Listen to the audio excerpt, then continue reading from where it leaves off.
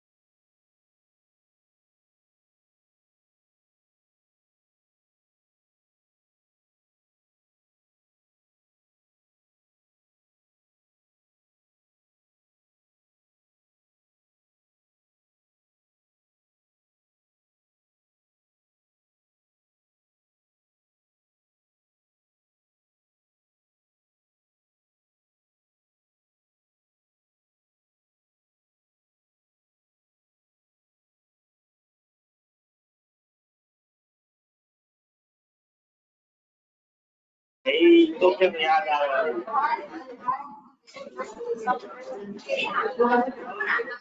Okay हाँ ठीक है अरे बाहर को अवाज આવે છે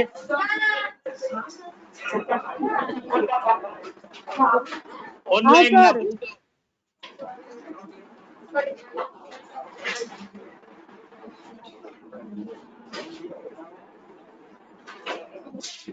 અરે ટીટી આવી ગયો આજે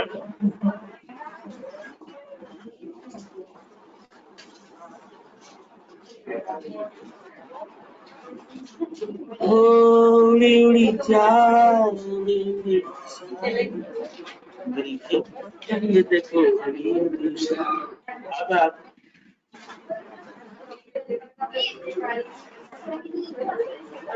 कहने देखो तेरा मेरा साझा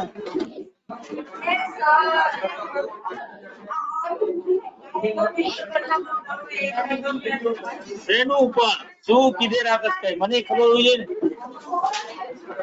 શેની વાત કરે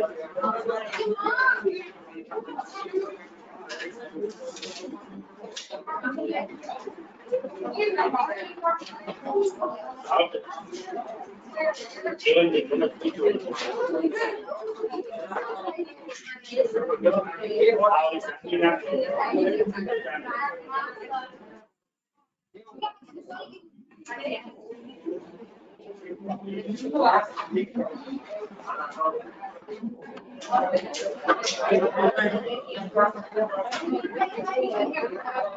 એમને આવતું જોયું એટલે કીધું હા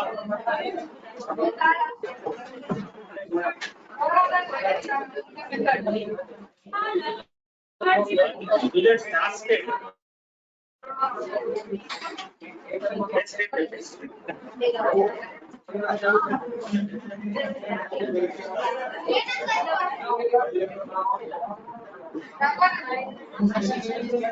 Hey, to start. Hey, Sigan, sit.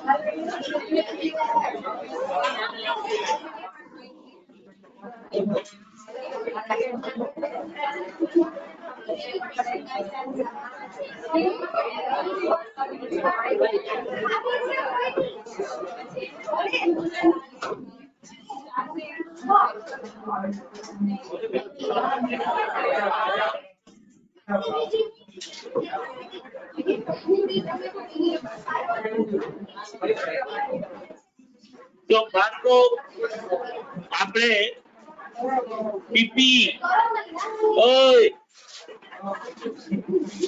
તો પીપી ની કોસ્ટ જે છે એ કઈ રીતે મળે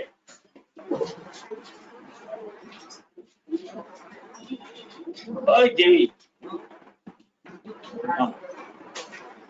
તો ઓબ્વિયસલી એના ક્વેશ્ચન્સ આપણે ગઈકાલે કર્યા તો આઈ થિંક અહીંયા સુધી આપણે ડિસ્કશન કરી લીધું. Now cost of self constructed property, that means કે તમે પોતે જ પ્રોપર્ટી ને કન્સ્ટ્રક્ટ કરી રહ્યા છો, તમે તમારું ફેક્ટરી બિલ્ડિંગ બનાવી રહ્યા છો કે તમે તમારું ઓફિસ ફર્નિચર બનાવી રહ્યા છો તો આને સેલ્ફ કન્સ્ટ્રક્ટેડ પ્રોપર્ટી કહેવાય. નાઉ આની કોસ્ટ બુકમાં કઈ રીતે બતાવશું તો કે આની કોસ્ટ પણ એ જ રીતે રેકોગ્નાઇઝ કરવાનું છે જે રીતે તમે કોઈ પ્રોપર્ટી અક્વાયર કરો અને એના માટે જે ખર્ચાઓ તમે કરી આવો એ રીતે આ બનાવવા માટે જેટલા પણ ખર્ચાઓ થશે બરાબર એ ખર્ચાઓ તમારે ટૂંકમાં પ્રોપર્ટીની કોસ્ટમાં એડ કરવાના આવશે. પણ કોઈ એબનોર્મલ વેસ્ટ થતું હોય કે એબનોર્મલ લોસ થતો હોય જે આપણે ઓલરેડી એક ક્વેશ્ચન એવો કરી દીધો ડિલેડ વર્ક વાળું હતું કે 19,000 એક્સ્ટ્રા ખર્ચો થયો તો it can not be part of your cost. આ જ રીતે તમારા ઇન્ટરનલ ડિપાર્ટમેન્ટ જો કોઈ સર્વિસીસ આપતા હોય આને કન્સ્ટ્રક્ટ કરવામાં અને એ સર્વિસીસ માટે જો પૈસા લેતા હોય બરાબર તો એ લોકોને પોતાને ખર્ચો થતો હોય તો ઓબ્વિયસલી એ ખર્ચો કોસ્ટનો પાર્ટ બને પણ એ લોકો પ્રોફિટ એડ ન કરી શકે. આવો આપણે ગઈકાલે એક ક્વેશ્ચન જે છે એ કર્યો બરાબર. એટલે ઇન્ટર ડિવિઝનલ પ્રોફિટ જો હોય તો એ તમારે કોસ્ટના અંદર લેવાનો આવે નહીં. આ સેમ કન્સેપ્ટ લાગુ પડશે બેરર પ્લાન્ટને પણ. એટલે તમે બેરર પ્લાન્ટને પણ સેલ્ફ કન્સ્ટ્રક્ટેડ પ્રોપર્ટીના મિનિંગમાં લઈ શકો કારણ કે બેરર પ્લાન્ટે તમે જ ઉગાડી રહ્યા બરાબર. એને ઉગાડવા માટે જે કઈ ખર્ચાઓ થાય એ બેરર પ્લાન્ટની કોસ્ટમાં તમારે શું કરવું પડે એડ જે છે એ કરવાનું આવશે. તો એ જ સેમ વસ્તુ જે હું અત્યારે બોલ્યો એ તમે થિયોરીમાં પણ લખેલી જોશો કે ભાઈ cost of self constructed property or the asset is determined using the same principle as for an acquired asset. એટલે તમે asset ને acquired કરો છો કે self construct કરો છો પ્રિન્સિપલમાં કોઈ ચેન્જ થતો નથી. એબનોર્મલ કે ઇન્ટરનલ પ્રોફિટ્સ જો હશે એબનોર્મલ વેસ્ટેજ કે લોસ હશે તો ઇન્ટરનલ પ્રોફિટ્સ હશે એને તમારે શું કરવાનું છે એલિમિનેટ કરવાનું છે અને બેરર પ્લાન્ટને પણ એ જ રીતે અકાઉન્ટિંગ કરવાનું છે જે રીતે તમે સેલ્ફ કન્સ્ટ્રક્ટેડ નું કરો. એટલે જો તમને કોસ્ટ ઓફ પીપીઈ નો ક્વેશ્ચન પૂછાય તો એ ઇક્વિઝિશન હોય કે સેલ્ફ કન્સ્ટ્રક્ટેડ હોય તમારે સેમ જ ગણવાનું એમાં કોઈ જાતની બીજી માથાકૂટ છે નહીં કે જે મારે અલગથી યાદ રાખવું બરાબર. નાવ ઘણીવાર ઓબ્વિયસલી આપણે ડેફર્ડ પેમેન્ટ બેસિસ ઉપર અમુક અસેટ્સ પરચેસ કરતા હોઈએ કે ભાઈ આપણે ઓબ્વિયસલી સે ફોર એક્ઝામ્પલ આપણે જે સપ્લાયર જે છે એને અત્યારે થોડું પાર્ટ પેમેન્ટ કરી અને પાર્ટ પેમેન્ટ જે છે એને કટકે ફ્યુચર્સમાં આપવાના તો એવી પીપીઈ ની કોસ્ટ કઈ રીતે મારે બુકમાં એવી પીપીઈ ને કઈ રીતે બતાવવાની તો કે એને એની કેશ પ્રાઇસ થી બતાવવાની બરાબર.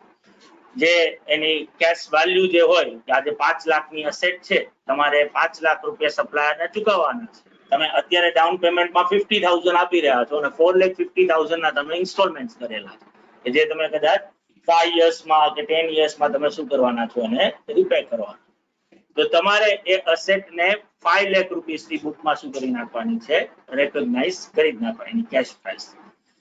તમે કેશ પ્રાઇસની અબાઉ જે રૂપિયા આપો છો જેમ કે તમારે એને 450 જે ચૂકવવાના છે તો ઓબ્વિયસલી જે આપણે નેતાગણે જે કીધું હતું બરાબર કે જો એ તમારા આંધળા પ્રેમમાં હશે બરાબર તો જ એ 4,50,000 તે મારા ઉપર કીધું હતું ને એટલે મેં પાછો આજે આંધળો પ્રેમ યાદ કર્યો તો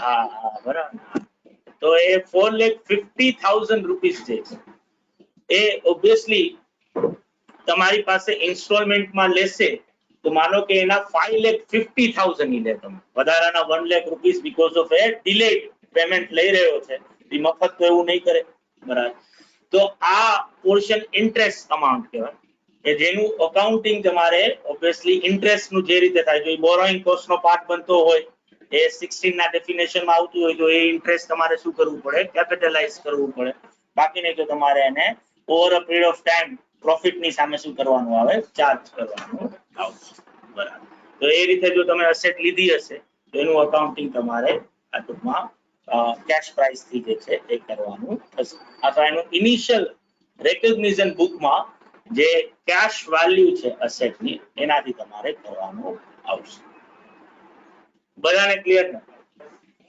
પાકું ને એક મારા તરફથી એક હમ્બલ રિક્વેસ્ટ સર એક રિક્વેસ્ટ તો કરી લેવા દે તો ગ્રીનિતા પાસે જો આ એસ ની સાથે જોડાયેલો જરાય ક્વેશ્ચન નહીં હોય પણ તો એ પૂછશે જે આપણે બધા સાંભળશું જોરદાર તો ગ્રીનિતા કે તારા જીકે માં હું શું વધારો કરું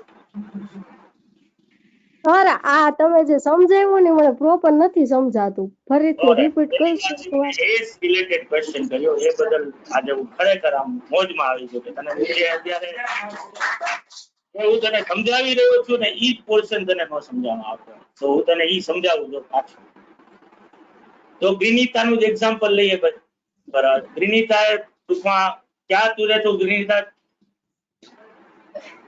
તારું ગામ કયું છે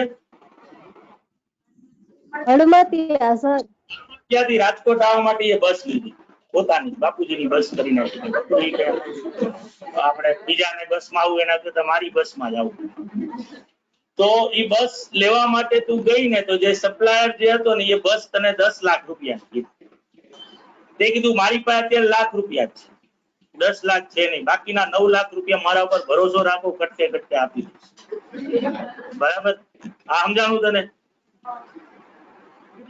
ગ્રીનિતા છો તું હા ગ્રીનિતા હા સર બીજા મને ભાઈ વચ્ચે વચ્ચે ગાય એક તો આપણે વર્ચ્યુઅલ મોડમાં એકબીજાને ખાલી સાંભળીને જ વાતો કરતા હોય આટલું સમજાવું ને તને હા સર ઓકે તો હવે આ બસ તારા માટે પીપીઈ બને કે ન બને હા સર બને તો તારે બુકમાં બતાવવી પડે તો બુકમાં એને કેટલા રૂપિયાથી તું બતાવીશ તો બુકમાં તારે એને 10 લાખ રૂપિયાથી જ બતાવવા બાકીના 9 લાખ રૂપિયા હજી પે નથી કર્યા તું ડેફર્ડ બેસિસમાં પે કરીશ અને 9 લાખનો તું ટોટલ કરવાના તો ઓલાએ તને એમ કીધું કે 10 વર્ષમાં પે કરવાના બરાબર વર્ષે 1.5 લાખનો હપ્તો બરાબર તો તું 10 વર્ષમાં એને ટોટલ કેટલા રૂપિયા ચૂકવીશ 15 લાખ 15 લાખ રૂપિયા ચૂકવવાના પ્રિન્સિપલ પ્રમાણે કેટલા થતા હતા ખાલી 9 લાખ 9 લાખ તો વધારાના 6 લાખ જે તે ચૂકવ્યા ને એ શું થાય ઇન્ટરેસ્ટ અમાઉન્ટ થાય હા સર જેને આઈધર કાં તો પીએનએલ એકાઉન્ટમાં ડેબિટ કરવું પડે જે તે વર્ષના ઓર જો તારા માટે બસ એક ક્વોલિફાઈંગ અસેટ હોય તો એનું અકાઉન્ટિંગ A16 મુજબ થાય તારે એ ઇન્ટરેસ્ટ ને કેપિટલાઇઝ કરવું પડે જ્યાં સુધી હા, સર. ક્વોલિફાઈંગ અસેટના મિનિંગમાં રહે ત્યાં સુધી હા સર સમજાયું ને? સમજાઈ ગયું પાકું ને હા પણ સર આજે ફરીથી તે આજે મને અત્યારે જે પોઈન્ટ હાલતો હતો એનો તે ક્વેશ્ચન પૂછ્યો મોજ પડી ગઈ મને વાત તો ગ્રીનિતાને સમજાઈ ગયું ભાઈ તમને બધાને સમજાણું પાકું ને અને આ ગ્રીનિતા વચ્ચે પૂછીને એક હમ્બલ રિક્વેસ્ટ મારી ઉલારી દીધી આખી તો આ લોકો જે ઘરે તો બેઠા છે એ લોકોને તો હું જોઈ શકતો નથી તમને લોકોને જોઉં છું બધાને અને જોઈને તમારા નિર્દોષ ચહેરાઓ જોઈને મને જે આનંદ આવે છે આખો એમ કે આ ભગવાનના તમે નાના મોટા રૂપો બધા આપ્યો. તો બાળકો બને ત્યાં સુધી ટ્રાય કરવાની કે મારી સામે જોવું મને જો કદાચ મને જોવામાં તમને એવો ઇન્ટરેસ્ટ ન હોય તો ભાઈ વાંધો નહીં બરાબર પણ એટલીસ્ટ બોર્ડ ઉપર જોવું જે ક્યાંક લખ્યું છે એને વાંચવાની ટ્રાય કરવાની તમે શું અંગ્રેજી ભાષા ઇમ્પ્રુવ થાય ઈ બાને ક્યાં ફૂલ સ્ટોપ આવે આપણે જીવનમાં ઈ જરૂરી છે કે ક્યાં ફૂલ સ્ટોપ રાખવો ને ક્યાં કોમા રાખવો ક્યાં આશ્ચર્યાચિહ્ન રાખવું.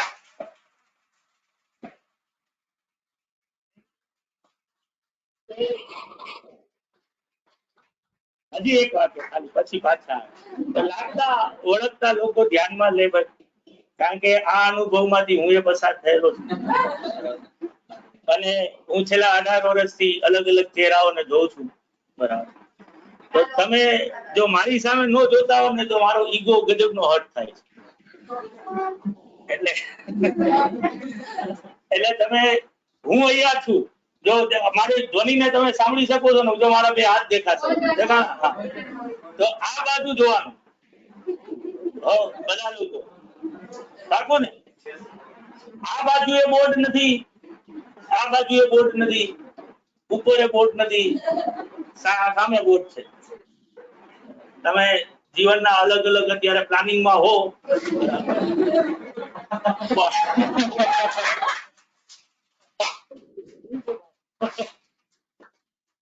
તો નો જ થઈ શકે નો સવાલ જ નથી. તો બાળકો પાછા આના ઉપર આવીએ અને શું બાકી મારી શું કહે થોટ્સ મારા બધા આખા હોય પાછા મારા જૂના દિવસોમાં વયો ગયો. હા તો હવે ગજબનો પોઈન્ટ પાડી દેવો. તો ઓબ્વિયસલી જરૂરી નથી કે તમે અસેટ્સ જે પરચેસ કરો કે તમે સેલ્ફ કન્સ્ટ્રક્ટ કરો એ મોનેટરી ટર્મ્સમાં જ કરેલી. ધેટ મીન્સ કે તમે એને ખરીદવા માટે કે એને ટૂંકમાં બનાવવા માટે ખર્ચાઓ જ કર્યા. તમે નોન મોનેટરી ટર્મ્સ નો યુઝ કરીને પણ અસેટ શું કરી શકો છો અક્વાયર કરી શકો છો ઓર સેલ્ફ કન્સ્ટ્રક્ટ કરી શકો છો જેને આપણે શું કહીએ છીએ એક્સચેન્જ ઓફ અસેટ્સ. એક અસેટ ની સામે બીજી અસેટ. ફર્નિચર આપીને કાર લીધી એ કાર આપીને ફર્નિચર લીધું બરાબર ઓર એક ફેક્ટરી બિલ્ડિંગ આપીને બીજું ફેક્ટરી બિલ્ડિંગ લીધું તો આને એક્સચેન્જ કર્યું. જરૂરી નથી કે આ ટ્રાન્ઝેક્શન ના અંદર 100% non monetary part it's a combination પણ પોસિબલ છે કે તમે થોડાક રોકડા રૂપિયા આપો ને થોડુંક શું કરો અસેટ એક્સચેન્જ. તો માથાકૂટ શું થાય તો કે માથાકૂટ એ થાય કે હવે તમે જે અસેટ લઈ રહ્યા છો એ અસેટ ને બુકમાં રેકોગ્નાઇઝ કઈ રીતે કરવી કારણ કે હવે આપણે કીધું કોસ્ટ શુડ બી રિલાયબલી મેઝર્ડ બરાબર તો જ આપણે અસેટ ને શું કરી શકીએ રેકોગ્નાઇઝ બુકમાં કરી શકીએ. તો આજે કારની સામે મેં સે ફોર એક્ઝામ્પલ ફર્નિચર લીધું છે તો ફર્નિચર મારા બુકમાં હવે પીપી તરીકે મારે શું કરવું છે રેકોગ્નાઇઝ કરવું. તો એ પીપી તરીકે જો ફર્નિચર બતાવવું હોય તો હું એને કેટલા રૂપિયાથી બતાવીશ કઈ રીતે હું એ ફર્નિચર ને બુકમાં બતાવી શકું તો કે એને મારે કઈ રીતે બતાવવાનું છે ફેર વેલ્યુ જો સામે મેઝર્ડ એટ બરાબર. તમારે આ વસ્તુ પણ તમારી નોટના અંદર લખેલી હોવી જોઈએ. આ સ્લાઇડ આખી કોપી પેસ્ટ કરવાની તમે જ્યારે પણ એ સ્ટેન્ડની થિયોરી જે છે એ કરતા હો ત્યારે તો એ ફેર વેલ્યુ થી મેઝર થશે. પણ અહીંયા નાનકડો ટ્વિસ્ટ અને ટ્વિસ્ટ શું છે તો કે જો તે અનલેસ કરીને કે જો એક્સચેન્જ ટ્રાન્ઝેક્શન્સ ના અંદર કમર્શિયલ સબસ્ટન્સ નો અભાવ હોય it lacks commercial substance બરાબર ઓર ફેર વેલ્યુ તમે અસેટ જે મળી રહી છે ઓર અસેટ આપી રહ્યા છો આ બે માંથી કોઈની પણ તમે મેઝર કરી ન શકતા બરાબર. એટલે કાં તો ટ્રાન્ઝેક્શન માં શું હોય કમર્શિયલ સબસ્ટન્સ નો હોય અને કા શું હોય તો કે ફેર વેલ્યુ તમે ડિટરમાઇન જ નથી કરી શકતા. જે અસેટ ફર્નિચર ની ફેર વેલ્યુ ની ખબર નથી પડતી અને જે કાર આઈપી છે એની ફેર વેલ્યુ ની પણ ખબર નથી તો શું થાય બરાબર તો કે તો શું થશે તો કે તો carrying amount of asset given up જે છેલ્લે લાઈન લખી છે ને તે જો acquired asset is not measured at fair value તેની કોસ્ટ કઈ રીતે બતાવશો એની કોસ્ટ બતાવશો જે અસેટ તમે આપી રહ્યા છો એટલે કે મારા કેસમાં હું કાર આપી રહ્યો છું ફર્નિચરની સામે. તો ફર્નિચર કેટલા રૂપિયાથી રેકોર્ડ થશે? તો કે કાર જેટલા રૂપિયાથી બુકમાં બતાવી. એટલે જો બુકમાં કારની વેલ્યુ 40,000 ની હોય તો ફર્નિચરે મારા બુકમાં કેટલા રૂપિયાથી આવશે? 40,000. આમાં બોલો કા? અરે good, good, good. તો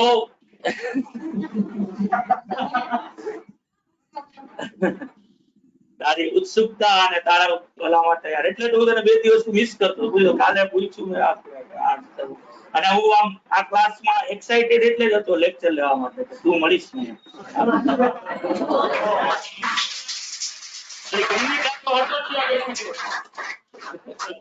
નહીં તો ગ્રીનિતા અહીંયા હોત ફિઝિકલી ઓલા તો આપણે શું કહેવાય 4 ચાંદ લાગી જાય. 4 નહીં પણ 4 ને 4 એની 4 પણ થઈ 4 તું એ 4 એટલે 8 ચાંદ. તો જે ટીટીએ પૂછ્યું કે કમર્શિયલ સબસ્ટન્સ કોને કહેવાય, તો એના ઉપર હું આવી જ રહ્યો હતો બકા, પણ તોય તારી ક્યુરિયોસિટીને દાદ આપણે આપી. તો એના માટે તમારે શું કરવું પડે? તો કે મારે એક આવી સ્વિચ દબાવી.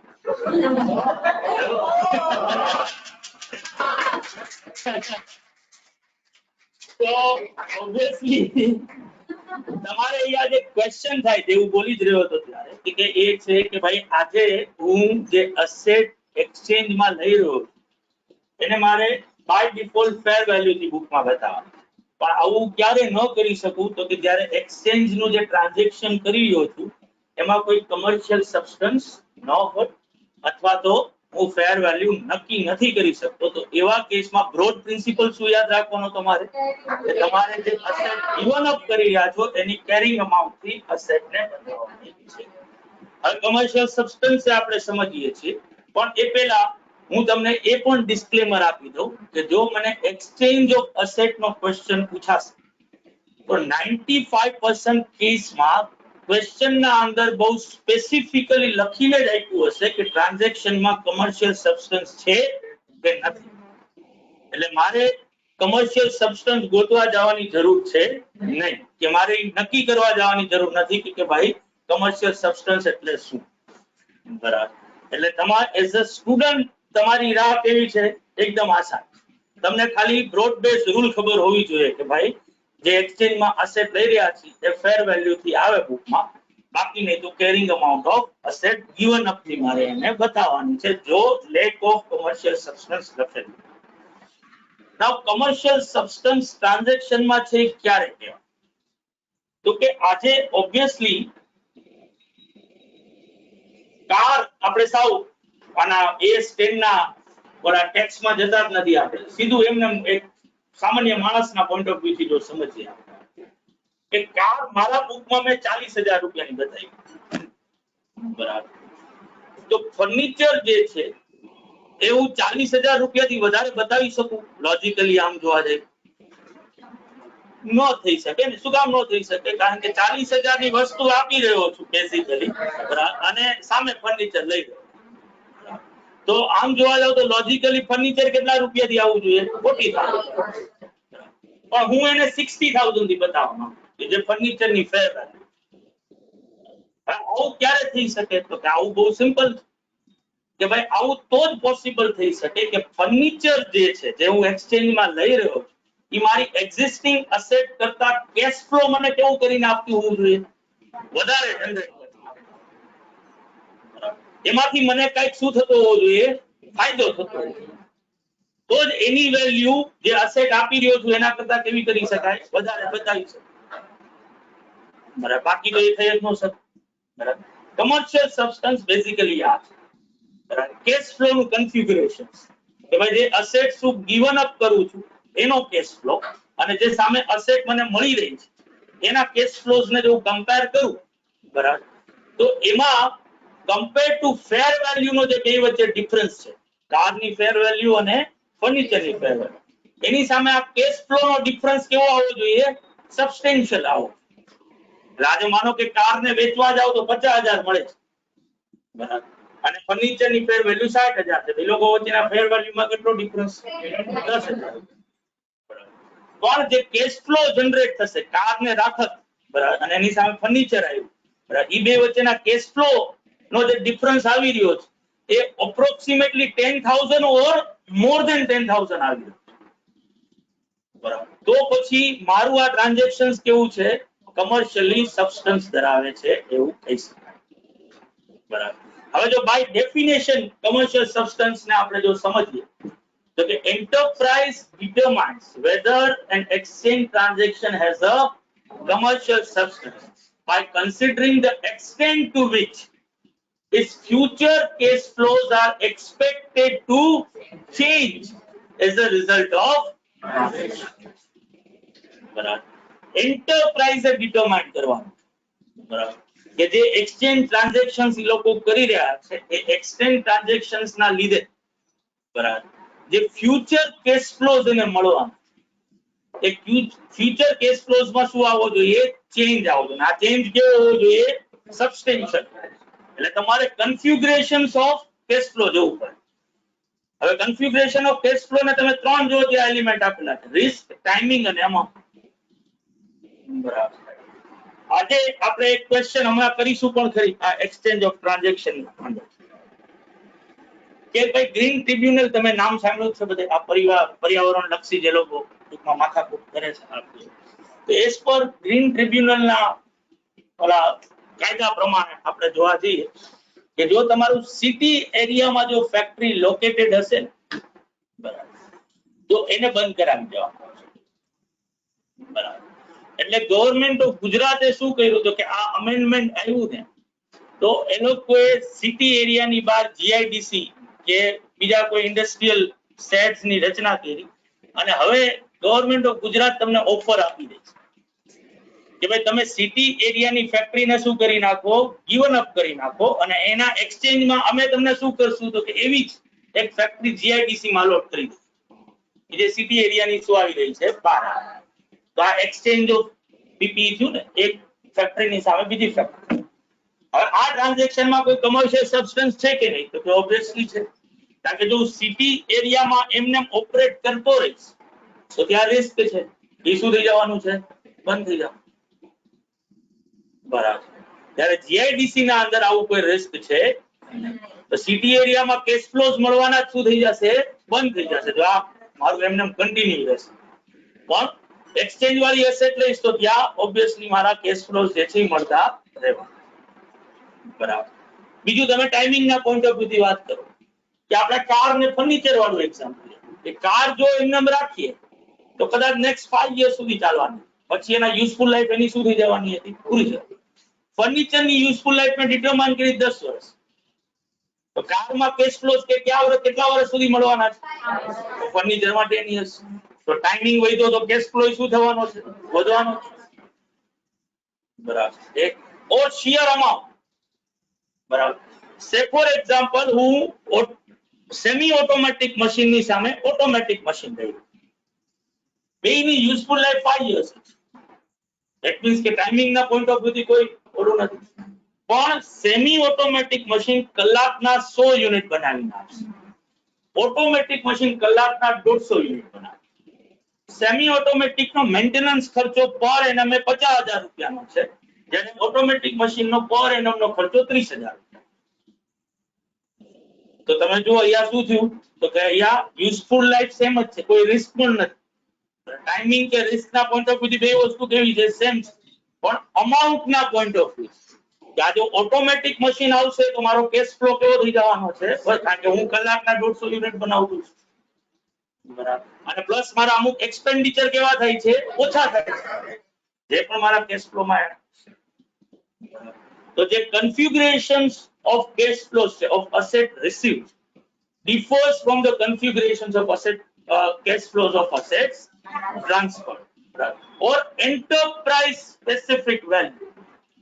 આપણી ડેફિનેશન મેં તમને જ્યારે કીધું હતું કે એક્સચેન્જ ઓફ અસેટ વાળું આવશે ત્યાં જ આ ટર્મ આવવાનું. એન્ટરપ્રાઇઝ સ્પેસિફિક વેલ્યુ એટલે શું તો કે present value of future cash flow.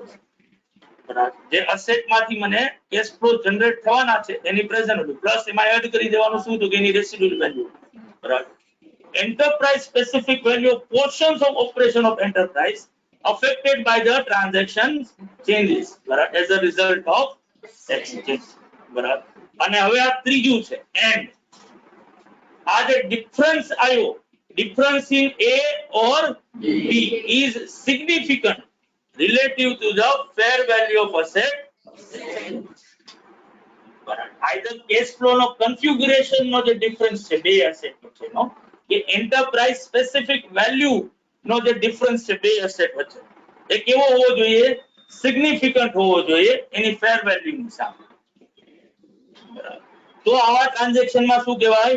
Commercial substance છે એવું કહી શકાય. અને જો કમર્શિયલ સબસ્ટન્સ હોય તો અસેટ ને શેનાથી બતાવવાની છે? Fair value. બરાબર. કમર્શિયલ સબસ્ટન્સ ન હોય તો શેનાથી બતાવવાની છે? Carrying amount of asset given. જે અસેટ આપી રહ્યા છો એની કેરિંગ અમાઉન્ટ જ અસેટ રિસીવ્ડ થઈ રહી છે એનાથી તમારે બતાવવાનું છે. હા, સમજાય ને? ક્લિયર બાળકો? બાપુ ને અલે અલે બોલ બકા બોલ. આ જે ડિફરન્સ થી જે આપણને ફાયદો થાય છે એ બેઝિકલી આ કમર્શિયલ સબસ્ટન્સ. હા, ઓબ્વિયસ છે. મેં કીધું તને કે ભાઈ આજે તું કાર તારી પાસે હોત અને જે રૂપિયા તું કમાતો હોત, ફર્નિચર માં ઈ રૂપિયામાં શું થાય છે? ચેન્જ થાય. જે એક્સચેન્જ કરવાથી કેશ ફ્લો શું આવે? ચેન્જ આવે. પણ આ ડિફરન્સ જે આવ્યો એ ડિફરન્સ પાછો કેવો હોવો જોઈએ? સિગ્નિફિકન્ટ. સાવ એવું નહીં કે સાવ માઇનર ડિફરન્સ હોય. ફેર વેલ્યુ સામે તું કમ્પેર કર તો ફેર વેલ્યુ જે છે એની સામે આ ડિફરન્સ કેવો હોય? તો કે બહુ નિગ્લિજિબલ હોય, તો પછી રહેતું નથી. જે ફેર વેલ્યુ નો ડિફરન્સ છે આ ડિફરન્સ પણ એની સામે કેવો હોવો જોઈએ? સિગ્નિફિકન્ટ જે છે તે હોવો જોઈએ. બરાબર. પણ મેં તમને કીધું બાળકો એ રીતે કે 90% કેસીસમાં તમારે આવી કોઈ ચિંતા કરવાની નથી કે જ્યાં તમારે કેશ ફ્લોઝ ના કન્ફિગ્યુરેશન્સ જે છે જોવાના આવે, કે તમારે નક્કી કરવાના હોય કે અસેટ જે ગિવન અપ થઈ રહી છે એના કેશ ફ્લોઝ કેવા છે અને અસેટ રિસીવ્ડ થઈ રહી છે એના કેશ ફ્લોઝ કેવા છે. ક્વેશ્ચન ના અંદર જે છે એ તમને કીધેલું જ હશે કે ભાઈ અહીંયા કમર્શિયલ સબસ્ટન્સ છે કે નથી. બરાબર. ટીટી પાછો આવી ગયો છે. બરાબર. તો ઓબ્વિયસલી કે બકા કેશ ફ્લો જે કરેલો છે જે એસેટ નો ઈચ ફેર જે બીજો એસેટ જે આપણે એક્સચેન્જ લેવાના છે તો એની ફેર વેલ્યુ શું છે? એ કમ્પેર કરવાનું ફેર વેલ્યુ સાથે. હા, એટલે તે સિગ્નિફિકન્ટ હોવો જોઈએ ડિફરન્સ, તો તું એને એમ કહી શકે કમર્શિયલ સબસ્ટન્સ. આજે સે ફોર એક્ઝામ્પલ મેં તને કીધું ને હમણાં પાછું એક્ઝામ્પલ આપ કે કાર અને ફર્નિચર વચ્ચેની ફેર વેલ્યુ નો ડિફરન્સ 10,000 નો છે. કારણ કારે તારી પાસે હોત તો એની ફેર વેલ્યુ 50,000 ની તો હતી જ ને, અને એની સામે ફર્નિચર 60,000 નું આવ્યું. એની સામે બેના કેશ ફ્લો નો ડિફરન્સ ગોતે છો તું ત્યારે, તો કેશ ફ્લો નો ડિફરન્સ તને 10,000 જ મળી રહ્યો છે ઓર મોર ધેન 10,000 મળી રહ્યો. એટલે જ્યારે હું ફેર વેલ્યુ નો ડિફરન્સ જોઉં છું એની કમ્પેરિઝન માં કેશ ફ્લો નો ડિફરન્સ કેવો છે? તો કે સિગ્નિફિકન્ટ ઇનફ છે. ફેર વેલ્યુ જલ્દી તો કેશ ફ્લો થી જ લીધી ને. એવું કોણે કીધું તને? ફેર વેલ્યુ નો મીનિંગ તારે એના માટે બકા એના માટે રોજ આવવું પડે લેક્ચરમાં અને ભણવું પડે. આને ફેર વેલ્યુ કહેવાય. એને કેશ ફ્લો સાથે તો એને માણસો સાથે લેવા દેવા, સપ્લાય ડિમાન્ડ નો કન્સેપ્ટ આવે. કોણ કેટલા રૂપિયામાં લેવા તૈયાર થઈ જાય. પણ એ કેવી હોવી જોઈએ? વિલિંગફુલ પાર્ટી હોવી. બરાબર. એ કેશ ફ્લો ઉપરથી ફેર વેલ્યુ નો મળે બકા.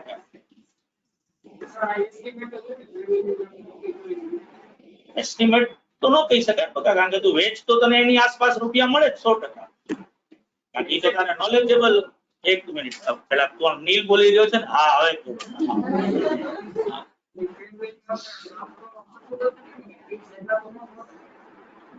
એનાથી વધારે મળે, એનાથી ઓછા મળે. બેંકમાં આજે તારે માન કે સે ફોર એક્ઝામ્પલ આ તારે પેન વેચવી છે તો એમને વેચી નાખી શકે. બાજુમાં કોણ બેઠો થાય? રોહન. બરાબર. જાબ્યા પાછું બોલવા જઈ રહ્યો. આંધળા પ્રેમમાં છો તું રોહન ના? રોહન તું એના આંધળા પ્રેમમાં છો નથી? બરાબર ને? તો ધેટ મીન્સ કે હેન્ડ ઇન હેન્ડ ટ્રાન્ઝેક્શન થઈ શકે નહીં. એક આર્મ્સ લેન્થ કરવું. તારે પેન વેચવી છે. બરાબર. તો તું જે ભાવ કે રોહન લઈ લે તારા ભાવથી. એવું જરૂર નથી બધા તને ગમતા ભાવ બજારમાં જે ભાવ રાખે તો તમે એક ઇક્વલ ઓલા પર આવી શકો, એગ્રીમેન્ટ ઉપર આવી શકો. બરાબર. બાકી તું એમ કે મને તો 2 જ રૂપિયા ગમે છે, 2 જ રૂપિયા આપો. ઓલો કે મને 20 રૂપિયા ગમે. એમ નો ચાલે ને બકા. એટલે તારે માર્કેટના અંદર જે ભાવ ચાલી રહ્યો છે, એક નોલેજેબલ પાર્ટીઝ કયા રેટ થી અસેટ ને એક્સચેન્જ કરવા તૈયાર થવાના, એની શું બને ફેર વેલ્યુ. એ એસ્ટિમેટેડ નો બકા કે લોકો એમના મફતના પ્રોજેક્શન એ લોકો ઈ ભાવથી શું કરવા તૈયાર થતા હોય, અસેટ ને વેચવા તૈયાર થતા. એટલે એને એસ્ટિમેટ તો કેમ કે એસ્ટિમેશન માં તો તું ગમે એવું એસ્ટિમેશન કરી. કેમ કે હું પોતે એમ કહું કે આ ફ્લોર ને હું 5 કરોડ માં વેચીશ, આ મારું એસ્ટિમેશન, મારી ફેર વેલ્યુ. તો એમ અરે બરાબર, ઈ કાઇન્ડ ઓફ એના જેવી વસ્તુ થઈ કે આપણે એમ કહીએ કે દીપુ ભેગા લગ્ન કરશું, મારું એસ્ટિમેશન છે કે દીપુ ભેગા લગ્ન કરવાના. હવે તો થઈ ગયા લગ્ન એટલે આપણે કઈ કહી ન શકીએ. તો એવું ન ચાલે. નોલેજેબલ અને વિલિંગફુલ પાર્ટી, દીપુ પણ તારા ભેગા લગ્ન કરવા, અને પાછું તમે બે જણા કેવા હોવા છો, નોલેજેબલ હોવા, બે અવેલેબલ હોવા, તો એ ટર્મ શું થાય, ભેગી થાય. બાકી ખાલી પ્યોર એસ્ટિમેશન થી થઈ શકે બરાબર. પાકું ને બાબા? વિનીતા તારે કઈ નથી પૂછવું? સર મારા બધા ક્વેશ્ચન નો જવાબ આ લોકોએ કહી દીધો. તમે વિનીતાનું ઠંડક છીનવી લીધું એમ ને? એને આ બધા પ્રશ્ન પૂછવાના છે, આને પૂછી લીધું. ભલે આ વખતે નેક્સ્ટ ટાઈમ આવે નવો પોઈન્ટ આવે ને એમાં હું પેલા તને પૂછીશ. તું પ્રશ્ન પૂછે પછી આ લોકોને પૂછીશ. હવે તમારે કોઈને જો આ વિનીતા સિવાયનો પ્રશ્ન પૂછવો, પાકું? હા પણ હા સર. હા હા બસ એવું જો સ્લાઇડ. નેક્સ્ટ પોઈન્ટ છે બાસ્કેટ પરચેસ. બાસ્કેટ પરચેસ કોને કહેવાય? આટલા હોશિયાર તમે લોકો યાર, ગજબ. મને આમ એટલું ગૌરવ આખું ખાવા માંડ્યું છે. તો બાળકો બાસ્કેટ પરચેસ એટલે એકી સાથે લમસમ માં તમે મોર ધેન વન અસેટ ને શું કરી રહ્યા છો, પરચેસ કરી રહ્યા છો. બરાબર, આને બાસ્કેટ પરચેસ કર્યું. તો માનો કે તમે land and building, plant and machinery અને ફર્નિચર આ બધી વસ્તુ 1 કરોડ રૂપિયામાં પરચેસ કરી. તો હવે માથાકૂટ શું થાય? તો આવું તો કોઈ ક્લાસ નો બનાવી શકો ને કે બાસ્કેટ અસેટ. તમારે તો શું કરવું પડે, બુકમાં લેન્ડ એન્ડ બિલ્ડિંગ બતાવવી પડે, મશીનરી બતાવવું પડે અને ફર્નિચર બતાવવું પડે. પણ તમે લેન્ડ એન્ડ બિલ્ડિંગ, મશીનરી અને ફર્નિચર માટે કોઈ ઇન્ડિવિડ્યુઅલ કન્સિડરેશન આપ્યું નથી. તમે એક લમસમ સીધે સીધું આપ્યું. તો આ 1 કરોડ રૂપિયાને તમારે શું કરવા પડે, આના ઉપર વેચવા. બરાબર, એના ઉપર તમારે એને ડિસ્ટ્રીબ્યુટ કરવાના થશે. તો તમારે જે છે એ બુકમાં આવું ટાઇટલ આપવાનું, બાસ્કેટ પરચેસ. અને સીધું તમારે શું લખવાનું, તો કે જો એ ત્રીજી ચોથી લાઈન લખી છે, on the basis of their respective fair value. બરાબર, at the date of depreciation. એ બધી અસેટ ની ફેર વેલ્યુ ઉપરથી તમારે શું કરવાનું, તો કે એનું ડિસ્ટ્રીબ્યુશન જે છે એ કરવાનું. પણ માનો કે આવી ફેર વેલ્યુ તમારી પાસે ન હોય તો કે તો તમારે રજિસ્ટર્ડ વેલ્યુઅર નો સંપર્ક સાધવાનો. તમે જે અસેટ્સ પરચેસ કરેલી છે એનો વેલ્યુએશન રિપોર્ટ્સ કરાવવાનો. બરાબર, અને વેલ્યુએશન રિપોર્ટમાં એ લોકો અસેટની જે વેલ્યુ નક્કી કરીને આપે, બરાબર, એ પ્રમાણે તમારે અસેટની ફેર વેલ્યુ લેવાની અને એ રેશિયોમાં 1 કરોડ રૂપિયાને શું કરવાના, ડિસ્ટ્રીબ્યુટ કરવાના. બરાબર. જ્યારે બેંકના અંદર હવે તો ધીમે ધીમે ઓછું થવા માંડ્યું છે, પણ તમે જ્યારે હાઉસિંગ લોન લેવા જશો ને તો એ લોકો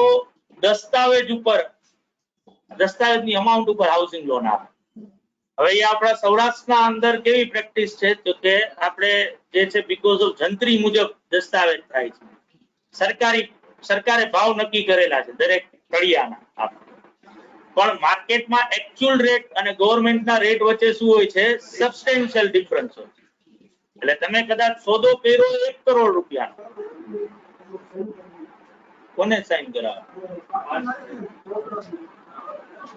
વાત છે. તો ઓબ્વિયસલી માર્કેટ પ્રમાણે એનો રેટ ચાલી રહ્યો છે 1 કરોડ રૂપિયાનો. સરકારે ખાલી 20 લાખ રૂપિયા જ નક્કી કર્યા. જો આવો કોઈ સોદો થાય તો 20 લાખ રૂપિયા આનો વેલ્યુ થાય. બરાબર, એટલે જ આપણે ત્યાં જે કાળું નાણું જેને આપણે કહીએ એ આના લીધે જનરેટ. તમે ઓફિશિયલી ચેક કેટલાનો આપશો? 20 lakhs નો. બાકીના 80 લાખ કેવા આપશો? રોકડા, જેનું કોઈ અકાઉન્ટિંગ થતું નથી. બરાબર. આ પ્રેક્ટિસ વર્ષોથી આપણે ત્યાં ચાલતી આવે છે. માનો કે તમે 1 કરોડ નું મકાન લ્યો, તમારે એના પર લોન લેવી છે, તો તમને 1 કરોડ ની લોન લોજિકલી મળી શકે. બરાબર. એટલે ઓબ્વિયસલી તમે તો દસ્તાવેજની અમાઉન્ટ જે છે એના પર જ લોન મળે. બરાબર. તો ઈ લોન મળે તો તમારું તો કઈ આરો અવરો આવે નહીં. કારણ કે 20 લાખ રૂપિયા જ મળે, સામે 80 લાખ નો મેળ કરવાનો છે વધારે. અરે ગજબ ગજબ. એટલે બેંક શું કરે છે? બેંક શું કરે છે તો કે એનો તમારી પાસે વેલ્યુએશન રિપોર્ટ કરાવશે, અને વેલ્યુએશન રિપોર્ટ ના અંદર તમે જેટલા રૂપિયાની આસપાસ ખરીદ્યું છે ને એની આસપાસ જ એનું વેલ્યુએશન જે છે નીકળશે. અને બેંક લોન દેવામાં એ વેલ્યુએશન રિપોર્ટ નો પણ યુઝ કરશે. એટલે તમને દસ્તાવેજની અમાઉન્ટ, હવે જો કે સ્ટ્રિંજન્ટ રૂલ થઈ ગયા છે ને, તો એક સમયે તો દસ્તાવેજ કરતા 200% જેટલી લોન તમને મળી શકે. દસ્તાવેજ 20 નો કર્યો હોય તો તમે 40 લાખની લોન લઈ શકો. હવે ઈ 125% એની કેપ કરી નાખી. પણ લોકો એક બીજો રસ્તો પછી ગોઈતો છે કે તમારે લોન વધારે લેવી હોય તો શું કરવાનું, તો કે ફર્નિચર નાખી દેવાનું. તો તમે મકાનની સાથે ફર્નિચરની લોન લઈ શકો. એ ફર્નિચર 15 લાખનું 20 લાખનું એવું બતાવી દો આખું, તો તમે 50-60 લાખ રૂપિયાની લોન જે છે મકાનના દસ્તાવેજ ઉપર લઈ શકો. અને બેંક પણ આવી લોન દેવામાં શું કામ રાજી હોય છે, એટલું વધારાનું શું કામ આપે છે? કારણ કે એને ખબર જ છે કે એકચ્યુઅલમાં જે અસેટની વેલ્યુ જે છે, બરાબર, એના દસ્તાવેજમાં જે બતાવવામાં આવી છે એના કરતા મલ્ટિપલ ટાઈમ્સ કેવી છે, વધારે. તો લોન ઈ લોકો તમને 1 કરોડ રૂપિયાની તો આમી નથી આપતા. જે એનું માર્કેટ વેલ્યુ છે એના ઈ લોકો હાર્ડલી 30 to 55%, 50% ની વચ્ચે જ આપે છે. બરાબર. તો ઓબ્વિયસલી ત્યાં વેલ્યુએશન રિપોર્ટનો યુઝ થાય છે. બરાબર. એવું જ આપણે પણ આપણા બિઝનેસની જેટલી પણ અસેટ્સ છે એનું જો પાર્ટનર્સ વચ્ચે કે કોઈ પણ બીજા સ્ટેક હોલ્ડર્સ છે એના વચ્ચે જો માથાકૂટો થતી હોય કે ભાઈ આનું વેલ્યુએશન શું, બરાબર, તો તમે ત્યાં શું કરાવી શકો છો, એ આખા બિઝનેસનું વેલ્યુએશન જે છે એ કરાવી શકો છો. આ જ રીતે બેંકના અંદર તમે સીસી ઓડી લેશો, 1 કરોડ 2 કરોડ, આપણે જ્યારે બેંકના ફાઇનલ એકાઉન્ટ કરીશું ત્યારે આપણે આ બધી વસ્તુ એલોબરેટલી ડિસ્કસ કરીશું. તો ત્યારે તમારે કોલેટરલ તરીકે તમારો ફેક્ટરી શેડ, તમારી ફેક્ટરી, તમારા મકાન, આ બધી સિક્યોરિટીમાં આપવું પડશે. અને એનો વેલ્યુએશન રિપોર્ટ કરાવો. બરાબર. જો વેલ્યુએશન રિપોર્ટ એવરી 3 years એ કરાવવાનો હોય. જો 3 years સુધીમાં વેલ્યુએશન રિપોર્ટ ન થયો હોય તો એ એકાઉન્ટ એનપીએ બને પાછું. બરાબર. એ ઘણી બધી વસ્તુઓ તમે બેંકના જ્યારે ઓડિટનો પોર્શન શીખશો, બેંકના ફાઇનલ એકાઉન્ટ શીખશો, ત્યાં પણ તમને આ વેલ્યુએશન રિપોર્ટ્સ જે છે એ પાછા સામે આવશે. અત્યારે AS 10 ના પોઈન્ટ ઓફ વ્યૂ થી જો યાદ રાખીએ તો કે જો બાસ્કેટ પરચેસ કર્યું હોય તો જેટલી અસેટ બાસ્કેટમાં છે એની ફેર વેલ્યુના રેશિયોમાં એ રૂપિયાને શું કરવાના છે, ડિસ્ટ્રીબ્યુટ કરવાના. ફેર વેલ્યુ ન હોય તો વેલ્યુએશન રિપોર્ટ કઢાવવાનો, અને એના બેસિસ ઉપર જે વેલ્યુએશન આવે એ પ્રમાણે ઓબ્વિયસલી રૂપિયાને તમારે શું કરવાનું આવશે, સેગ્રેગેટ જે છે એ કરવાના છે. તો આજે થિયરી થોડીક આગળ વધારી દઈએ. ક્વેશ્ચન્સ કાલે જ્યારે મળશું ત્યારે આ બધા પોઈન્ટ્સ ના કરશું. તો થિયરીમાં જ આગળ જઈએ તો AS10 જે છે એ પીપીઈ ને રેકોગ્નાઇઝ કરવા માટે ઇનિશિયલ રેકોગ્નિશન કોસ્ટ થી થશે. તો તમારે કોસ્ટ થી જ કોઈ પણ પીપીઈ ને બતાવવાની છે, જે ઓલરેડી આપણે આગળ સમજી ચૂક્યા છે. બરાબર. પણ સબસિક્વન્ટલી તમે આ પીપીઈ જે છે એને બે રીતે બુકમાં કન્ટિન્યુ કરી શકો. એક કોસ્ટ મોડેલ ફોલો કરીને અને એક રિવેલ્યુએશન મોડેલ. કોસ્ટ મોડેલ જો ફોલો કરતા હો તો કોઈ ચિંતા છે જ નહીં, કારણ કે જે ખર્ચો તમે કર્યો છે એ જ ખર્ચો કન્ટિન્યુઅસલી શું થશે, બુકમાં આગળ વધતો રહેશે. બરાબર. પણ રિવેલ્યુએશન મોડેલને જો ફોલો કરશો તો તમારે ટાઈમ એન્ડ અગેન તમે જે રિવેલ્યુટ કરી છે અસેટની વેલ્યુ, એ ભાવથી તમારે અસેટને શું કરવાનું થશે, બુકમાં બતાવવાનું આવશે. હવે અહીંયા નવા અકાઉન્ટિંગ સ્ટાન્ડર્ડ મુજબ જે છે એ અમુક ચેન્જીસ છે કે જૂના AS10 માં નહોતા, પણ હવે નવા AS10 ના અંદર આવી ગયા, જે આગળ આપણે હમણાં સમજીશું. પણ બે ઓલ્ટરનેટિવ અવેલેબલ છે મેઝરમેન્ટ આફ્ટર રેકોગ્નિશન કર્યા પછી, એટલે ઇનિશિયલ રેકોગ્નિશન પછી, ધેટ મીન્સ કે સબસિક્વન્ટ રેકોગ્નિશન માટે either you can follow cost model or રિવેલ્યુએશન model. 90% entities કોને ફોલો કરતી હોય છે? Cost model. તમે બેલેન્સ શીટ હંમેશા કોસ્ટ મોડેલ થી જ જોશો, બરાબર, પણ જરૂરી નથી કે કોસ્ટ મોડેલ માં જવું, બરાબર. આ મોડેલ જે છે શું બને છે? અકાઉન્ટિંગ પોલિસીઝ કહેવાય, બરાબર, અને should be applied to each class of assets. આ ક્લાસ વર્ડ જે આવ્યો ને, આ ટોટલી નવો વર્ડ ઇન્ટ્રોડ્યુસ કરવામાં આવ્યો છે આપણા નવા revise accounting standard. Class of asset આપણે પીપી ને ક્લાસમાં બતાવવાનું.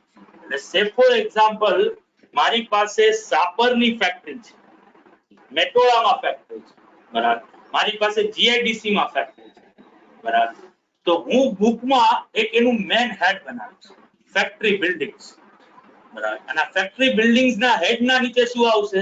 આ ત્રણેય બિલ્ડિંગ આવશે, બરાબર. તો ફેક્ટરી બિલ્ડિંગ્સ જે છે એ મારો શું બનશે? ક્લાસ, બરાબર.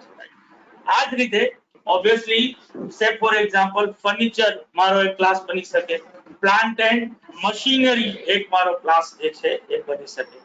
ખાલી લેન્ડ નો હું ક્લાસ બનાવું જેમાં હું ડિફરન્ટ મારા લેન્ડ ના પ્લોટ્સ જે છે એ બધા એક ક્લાસ નીચે બતાવીશ. જો તમે ક્લાસની કોઈ એક પ્રોપર્ટીને રિવેલ્યુ કરતા હશો ને, એક આઈટમ, તો આખા ક્લાસને રિવેલ્યુ, બરાબર, ઇન્ડિવિડ્યુઅલ આઈટમ ઉપર નહીં લાગુ પડે. એટલે જો હું મારા મેટોડાની ફેક્ટરીને રિવેલ્યુ કરતો હોઉં ને, તો મારા ફેક્ટરી બિલ્ડિંગ નીચે જેટલી ફેક્ટરીઝ આવે છે ને બધાને મારે શું કરવી પડશે? રિવેલ્યુ. બરાબર. અકાઉન્ટિંગ સ્ટાન્ડર્ડ એક મોસ્ટ પોપ્યુલર ક્લાસનું લિસ્ટ આપેલું છે કે તમે બુકમાં આવા ક્લાસીસ બનાવી છે. લેન્ડ છે, લેન્ડ એન્ડ બિલ્ડિંગ્સ છે, મશીનરી છે, shop, aircraft, ship, sorry shop ships. Aircraft એક આઈડિયલ એક્ઝામ્પલ છે. સી એરક્રાફ્ટ જે છે ને in number of PP items બને. એરક્રાફ્ટ નું એન્જિન, એરક્રાફ્ટ ની બોડી, બરાબર, એરક્રાફ્ટ ના અંદર સીટ્સ ને ગેલેજ જે છે, ખાનાઓ અને સીટ્સ ને જે બધી આપણે યુઝ કરીએ, એરક્રાફ્ટ ના ટાયર્સ, બરાબર. તો આ બધી વસ્તુને એક જ જગ્યા અસેમ્બલ કરીને આપણે શું ક્લાસ બનાવ્યો છે? બરાબર. આ જ રીતે તમે ફેક્ટરી બિલ્ડિંગમાં પણ આવું કરી શકો કે ભાઈ આજે બિલ્ડિંગ છે તો ખાલી બિલ્ડિંગ એટલે ચાર દિવાલ જ નહીં, બિલ્ડિંગ ના અંદર જે કઈ પણ છે એ બધું તમારે બિલ્ડિંગ નીચે બતાવવાનું આવે, બરાબર. એટલે ઓબ્વિયસલી બિલ્ડિંગ પછી ત્યાં લિફ્ટ બનાવી છે તો લિફ્ટ એમ આવી ગઈ, બિલ્ડિંગ નું રૂફ ટોપ આવી ગયું, અને બધાની પાછી આગળ આપણે ડેપ્રિસિએશનમાં ભણશું કે જે પણ એક નવો એડ કરવામાં આવ્યું છે કે હવે કમ્પોનન્ટ અકાઉન્ટિંગ ઇન્ટ્રોડ્યુસ કરવામાં આવ્યું કે તમારા માટે જો તમે ક્લાસ બનાવો છો, જેમ કે આજે સે ફોર એક્ઝામ્પલ આપણે એરક્રાફ્ટ ની જ વાત કરીએ તો એરક્રાફ્ટ ના એન્જિન ની જેટલી યુઝફુલ લાઈફ છે એટલી એરક્રાફ્ટમાં જે સીટ્સ અને ગેલેજ નો જે યુઝ થાય છે એની નથી, એરક્રાફ્ટ ના બોડી ની નથી, એરક્રાફ્ટ ના ટાયર ની યુઝફુલ લાઈફ કેવી છે? અલગ અલગ. તો તમે કહેતા હો એરક્રાફ્ટ, પણ તમારે પછી એને શેમાં સેગ્રેગેટ કરવાનું આવે? કમ્પોનન્ટ. અને દરેક કમ્પોનન્ટ નું શું ગણવાનું? ડેપ્રિસિએશન. આ સેમ કન્સેપ્ટ બિલ્ડિંગ ને લાગુ પડે કે રૂફટોપ ની યુઝફુલ લાઈફ અલગ છે, લિફ્ટ ની યુઝફુલ લાઈફ અલગ છે, બિલ્ડિંગ જે બનાવ્યું એની યુઝફુલ લાઈફ અલગ છે, લેન્ડ જેના પર ઊભું છે એની કોઈ યુઝફુલ લાઈફ જ નથી. તો આજે મેં બતાવ્યું છે લેન્ડ એન્ડ બિલ્ડિંગ 70 લાખ રૂપિયા, બરાબર, પણ મારે ડેપ્રિસિએશન 70 લાખ ઉપર નથી કરવાનું, મારે એના કમ્પોનન્ટ શું કરી નાખવાના છે? સેગ્રીગેટ, અને એના ઉપર એ ડેપ્રિસિએશન જે છે એ કાઉન્ટ કરવાનું આવશે. હા સારું.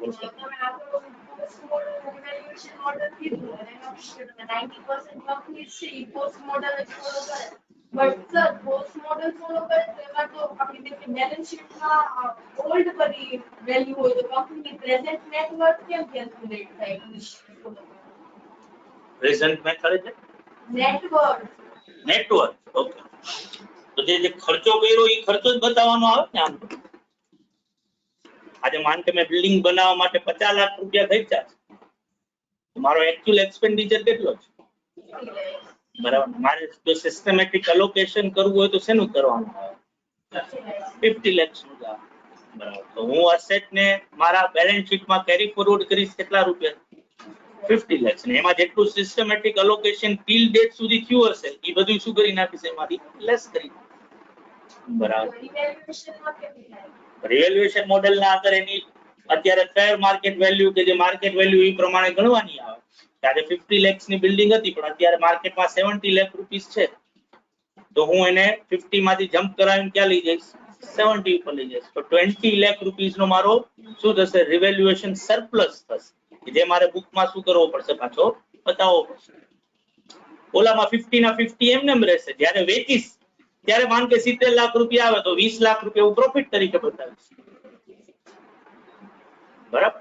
હવે વાત આવે કે તું બિઝનેસ ને વેલ્યુએશન કર, ટ્રુ વેલ્યુ કરવાનું હોય. ટ્રુ વેલ્યુ ના અંદર તો તું જો બિઝનેસ ના કયા પર્પસ થી વેલ્યુએશન કરાવે છો એ પ્રમાણે હોય. એટલે મારે જો એક બિઝનેસ ને વેચવાનો છે મારે, તો હું એનો વેલ્યુએશન રિપોર્ટ કરાવીશ તો ત્યારે મારી આ જેટલી અસેટ છે એ બધાની અસેટ ની મારી કોસ્ટ ની ગણવાની આવે. ત્યારે એ લોકો શું કરશે? એની માર્કેટ વેલ્યુ ડિટરમાઇન કરશે.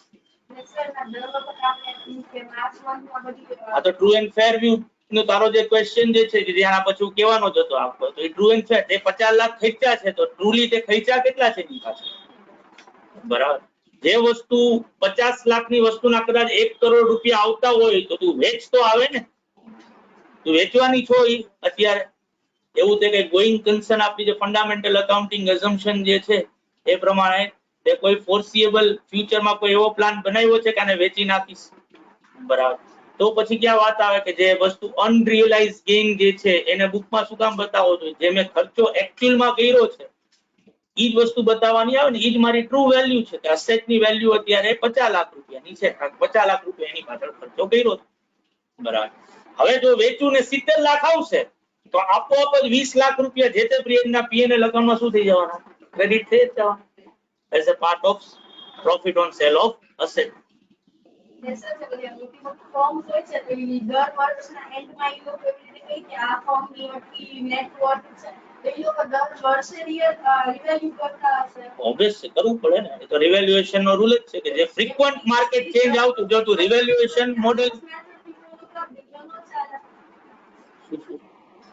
દર વખતે ઈ જે રિવેલ્યુ કરશે બરાબર છે બધા અસેટ સિવાય, એના કરતા ઈ આ જ મેથડ ફોલો કરે તો ન ચાલે.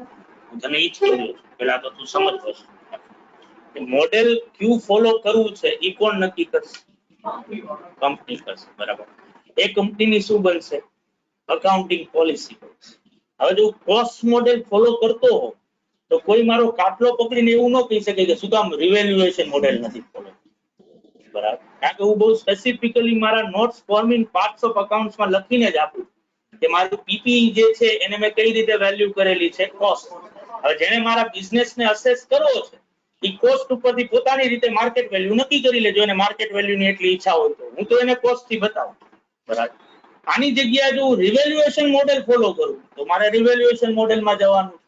બરાબર. અને રિવેલ્યુએશન મોડેલ જો ફોલો કરતો હોઈશ તો મારે દર વર્ષે જો એવી અસેટ મારી પાસે હશે કે જેની માર્કેટ વેલ્યુમાં ફ્રીક્વન્ટ ચેન્જ આવે છે, બરાબર, તો મારે એને દર વર્ષે શું કરવી પડશે? રિવેલ્યુ કરવી પડશે. At least once in a year તો કરવી જ પડશે. એક થી વધારે વારે થઈ શકે. બરાબર. અને જો ઇનફ્રીક્વન્ટ ચેન્જ આવે છે, આગળ આપણે હમણાં થિયોરીમાં લઈશું તો એટલીસ્ટ 3 or 5 yearsના તારે બ્રેકેટમાં એકવાર શું કરવાની આવે? એને રિવેલ્યુ કરવાની. જો તું રિવેલ્યુએશન મોડેલ ફોલો કર અને તું રિવેલ્યુએશન મોડેલ ફોલો કરતી હો તો તારે બુકમાં લખીને આપવાનું કે ભાઈ હું રિવેલ્યુએશન મોડેલને ફોલો કરું છું. તો કોઈ માઇનો લાલ તને એવું ન કહી શકે કે કોસ્ટ મોડેલ શું કામ ફોલો નથી. મને અકાઉન્ટિંગ સ્ટાન્ડર્ડે જ્યારે ઓપ્શન આપ્યો છે કે ભાઈ હું મારી પીપી ને કોસ્ટ થી બતાવું તોય ચાલે અને રિવેલ્યુએશન મોડેલ થી બતાવું તોય ચાલે, તો કઈ વસ્તુ ફોલો કરવી એ મારા ઉપર છે. એને મારા ટ્રુ એન્ડ ફેર વ્યૂ સાથે કોઈ લેવા દેવા નથી. કારણ કે હું ટ્રુ વેમાં જે બતાવવાનું છે એ જ બતાવી રહ્યો છું. કોસ્ટ મોડેલ ફોલો કરી રહ્યો છું તો જે કોસ્ટ ઇન્કર કરી છે ઈ કોસ્ટ થી બતાવી રહ્યો છું. રિવેલ્યુએશન મોડેલ ફોલો કરી રહ્યો છું તો જે એની રિવેલ્યુડ પ્રાઇસ છે એનાથી બતાવી. ઈ ફેર વ્યૂ ક્યારે નો ગણાય? તો કે મેં જ્યારે કોસ્ટ મોડેલ ફોલો કરતો ખર્ચો કર્યો 50 લાખ પણ બુકમાં કેટલાથી બતાવું? 40 લાખ. તો ઈ ફેર વ્યૂ નો. બરાબર. જેમ કે આપણે ડેટાસમાં 5 લાખ રૂપિયાનું કલેક્શન કરવાનું બતાવીએ છીએ પણ મને ખબર જ છે કે 5 ના 4.5 જ મળવાના છે નેક્સ્ટ યર ના આગળ, તો જો એનું પ્રોવિઝન ન કરું ને એને રિલેટેડ પ્રી ફેર વ્યૂ ન બરાબર. જે રીતે મારી અસેટ ની રિકવરેબલ અમાઉન્ટ ઓછી થઈ ગઈ છે, એના ઇન્ડિકેશન્સ મારી પાસે છે, તો જો એમ્પાયરમેન્ટ લોસ પ્રોવાઈડ ન કરું બરાબર, પ્રી ફેર વેલ્યુ ન ટૂંકમાં ફેર વ્યૂ ન બરાબર. બાકી એનાથી કોઈ લેવા દેવા જ નથી કે ભાઈ બિઝનેસ નું વેલ્યુએશન કઈ રીતે છે. હું તો મારી અસેટ બતાવું છું આ રીતે. તારે વેલ્યુ મારા બિઝનેસ નો કરવો છે તો તું તારી રીતે તારી પોતાની મેથડો યુઝ કર. હું મેં બિલ્ડિંગ મારા બુકમાં 2 કરોડ નું બતાવ્યું છે, તારા પ્રમાણે 20 કરોડ છે, તો તું લખ તારા રિપોર્ટ ના અંદર કે ભાઈ બિલ્ડિંગ જે 2 કરોડ નું છે એની માર્કેટ વેલ્યુ 20 કરોડ આવે. ઈ તારા ઉપર, ઈ યુઝર ના પોઈન્ટ ઓફ વ્યૂ થી વાત. એઝ એન એન્ટિટી હું મારે જે કરવું હશે ઈ વસ્તુ મારે શું કરવી પડે, કન્સિસ્ટન્ટલી ફોલો કરવી. એમાં ક્યાંય બાંધછોડ કરી શકું. તો આ પોપ્યુલર ક્લાસીસ છે બાળકો કે હવે શિપ્સ છે, aircraft, motor vehicles, furniture fixtures, office equipments, bearer plants. આ અકાઉન્ટિંગ સ્ટાન્ડર્ડ ના અંદર શું કરવામાં આવ્યા છે, ઇલુસ્ટ્રેશન આપવામાં આવ્યા. તમે આ સિવાયના પણ ક્લાસીસ શું કરી શકો છો, બનાવી શકો છો. તમારી પાસે કયા ટાઈપની પીપી છે એ પ્રમાણે તમે ક્લાસીસ ને શું કરી શકો છો, માં ચેન્જીસ કરી શકો છો બરાબર. પણ જેવું કહેતો હતો જેનાથી આપણે શરૂઆત કરી આ વસ્તુની આખી કે અકાઉન્ટિંગ સ્ટાન્ડર્ડ AS10 માં આ જે રિવાઇઝ કરવામાં આવ્યું એમાં આ એક પહેલો ચેન્જ. જૂનો AS10 ના અંદર આપણે ઇન્ડિવિડ્યુઅલ અસેટ જ બતાવતા હતા. એટલે હું મેટ્રોની બિલ્ડિંગ અલગ બતાવું, શાપરની બિલ્ડિંગ અલગ બતાવું, GIDC ની બિલ્ડિંગ અલગ બતાવું, છે ત્રણેય કેવી પાછી બિલ્ડિંગ. જ્યારે હવે આ રિવાઇઝ AS10 ના અંદર શું કહેવામાં આવ્યું કે તમે શું બનાવી નાખો, કોમન હેડ કે ભાઈ ફેક્ટરી બિલ્ડિંગ્સ, અને ફેક્ટરી બિલ્ડિંગ્સ માં ત્રણેય બિલ્ડિંગ આવી. બધાને ક્લિયર ભાઈ? હવે માનો કે જો કોસ્ટ મોડેલ ફોલો કરું છું, આ છેલ્લી સ્લાઇડ કરી લઈએ બાળકો આપણે, પછી રિવેલ્યુએશન મોડેલ ક્યારે મળશું ત્યારે આપણે કરીશું. તો કોસ્ટ મોડેલ ના અંદર મારે બુકમાં અસેટ ને કઈ રીતે પ્રેઝન્ટ કરવાનું છે. It's a presentation of asset. આપણે ઓલરેડી રેકોગ્નાઇઝ કરી નાખી, મેઝર કરી નાખી, હવે એને પ્રેઝન્ટ કરવાની વાત છે. તો પ્રેઝન્ટ કઈ રીતે કરશું, તો કે એની કોસ્ટ લખવાની, જે ખર્ચો કર્યો છે, અને એમાંથી લેસ શું થશે, ટીલ ડેટ સુધીનું અક્યુમ્યુલેટેડ ડેપ્રિસિએશન બરાબર, અને એમાંથી લેસ હજી બીજું શું થશે, ટીલ ડેટ સુધીનો એમ્પાયરમેન્ટ લોસ બરાબર. અને હવે જે આવે ઈ મારા બુક ના અંદર એની નેટ વેલ્યુ આવે, જેને હું શું કહીશ, નેટ કેરિંગ અમાઉન્ટ. આટલા રૂપિયાથી બુકમાં અમાઉન્ટ શું થઈ રહી છે, કેરી થઈ રહી છે, એવું હું કહીશ બરાબર.